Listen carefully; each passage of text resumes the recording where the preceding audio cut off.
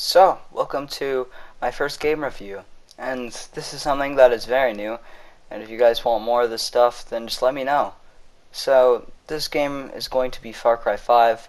Now, I know Far Cry New Dawn just came out, but I don't have that game, but I really want to continue on with this Far Cry series, so if you want more Far Cry reviews, then I can review the one prior to that, which would be Far Cry 4, and possibly Far Cry Primal if I even decide to revisit that game. But this is my own gameplay, so let's get right into this.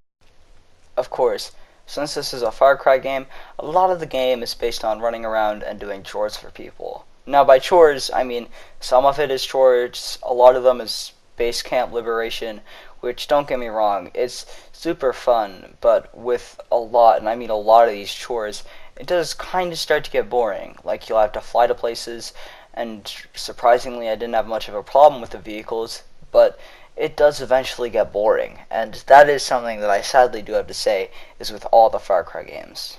Now, of course, I do have fun liberating bases, as I said before, but in my opinion, this Far Cry game gave base liberation a lot more depth. I don't know why. In Far Cry 4, we didn't get all these cutscenes, but like with these cutscenes now, we get to see a lot more. Like, it just shows what people are up to. Now, of course, as you've seen, there are RP, and eventually when you clear up your RP, you'll get people that you can work with. When you get these people, you'll eventually reach up to the boss in the region, which I really think was cool, and it's something that Far Cry 4 didn't do, but if it did, it would be in a different manner. You wouldn't get RP, you'd kind of just find them on random encounters in the game.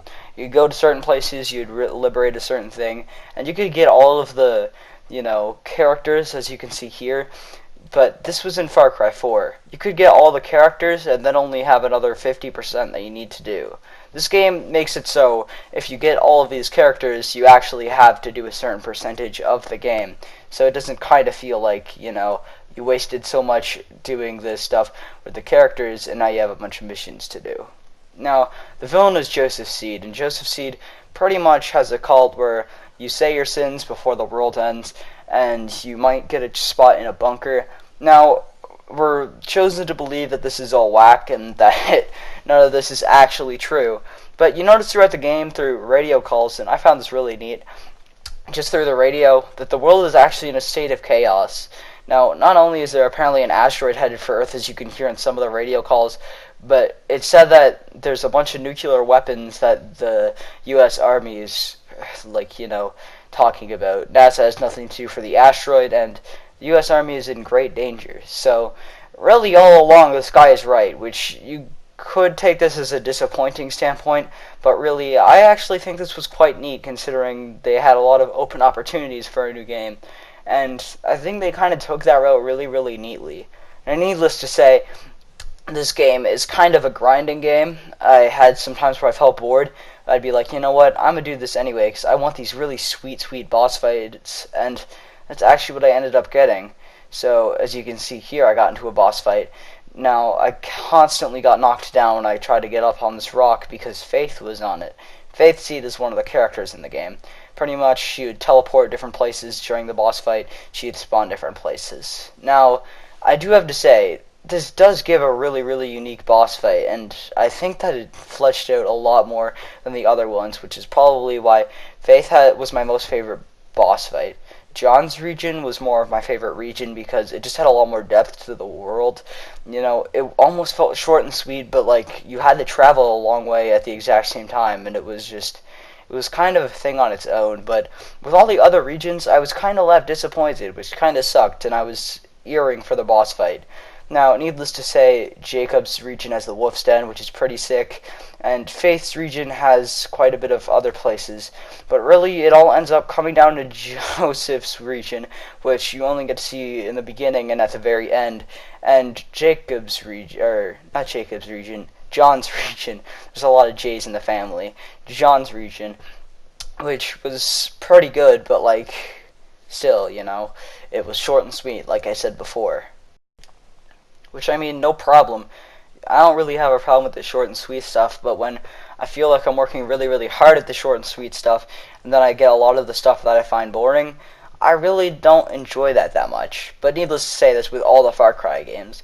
And it really didn't add anything to the formula. And Jacob's boss fight, by the way, was amazing. I think that all the boss fights in this they mastered, except for, I'd say, well, Jacob's. Joseph's boss fight was the one I meant to say. Joseph Seed's boss fight was amazing. There's the three brothers and one sister.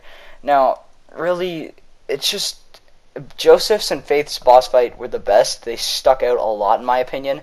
And I really think that since Joseph's the leader and all that of this cult family, he really did deserve this kind of really sick boss fight that left me confused quite a bit, but at the exact same time I understood it. Now, my only real problem with the boss fights is sometimes I'll get stuff done early and the game will have to apprehend what it's actually doing, but that's happened a lot with these games. Now, other than that, I really didn't have much of a problem. I mean, Far Cry 5's Far Cry 5, it's really just in all a great game, and even if things did feel repetitive and not right at some points, really just the gameplay and the overall excitement for what's going to happen in the end was just enough to fuel me in a way. I mean, it's really great, I guess. Now, that was my review for Far Cry 5.